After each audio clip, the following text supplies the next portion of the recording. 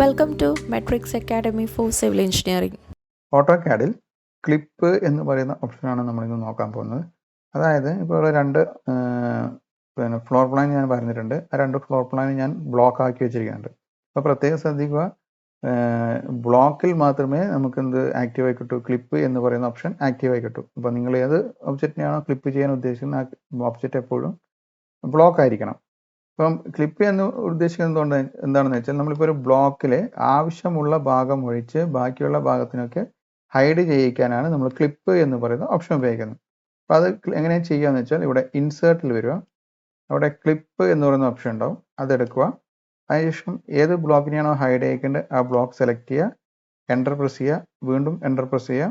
അതിനുശേഷം ഏത് ഭാഗമാണോ നിങ്ങൾക്ക് ക്ലിപ്പ് ചെയ്യേണ്ടത് ആ ഭാഗം മാത്രം സെലക്ട് ചെയ്യുക, ക്ലിക്ക് ചെയ്തിട്ട് സെലക്ട് ചെയ്യുക.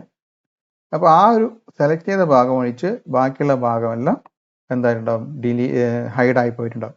എനിക്കിപ്പോൾ ഇതാണ് ക്ലിപ്പ് ചെയ്യേണ്ടതെങ്കിൽ ക്ലിപ്പ് പ്രസ് ചെയ്യുക, ഒബ്ജക്റ്റ് പ്രസ് ചെയ്യുക, അതിനുശേഷം വീണ്ടും എൻ്റർ, ഒന്നുകൂടി എൻ്റർ. അതിനുശേഷം ഏത് പോർഷനാണോ ക്ലിപ്പ് ചെയ്യേണ്ടത് ആ ഒരു പോർഷൻ എന്ത് ചെയ്യുക, സെലക്ട് ചെയ്ത് കൊടുക്കുക.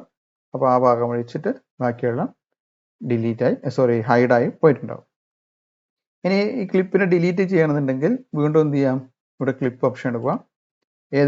ഏത് ക്ലിപ്പിനാണോ നമുക്ക് പഴയ രൂപത്തിൽ തന്നെ അല്ലെങ്കിൽ ഡിലീറ്റ് ചെയ്യേണ്ടത് അത് ആ ക്ലിപ്പ് സെലക്ട് ചെയ്യുക. അതിനുശേഷം ഇവിടെ താഴെ ഡിലീറ്റ് എന്ന ഒരു ഓപ്ഷൻ ഉണ്ടാവും, ഇത് സെലക്ട് ചെയ്യുക, ഡിലീറ്റ് സെലക്ട് ചെയ്യുക. അപ്പോൾ എന്താവും, അത് ഡിലീറ്റ് ആയി പോയിട്ടുണ്ടാവും. എനിക്കിപ്പോൾ ഈ ക്ലിപ്പിനെയാണ് ഡിലീറ്റ് ചെയ്യേണ്ടെങ്കിൽ ക്ലിപ്പ് സെലക്ട് ചെയ്യാം,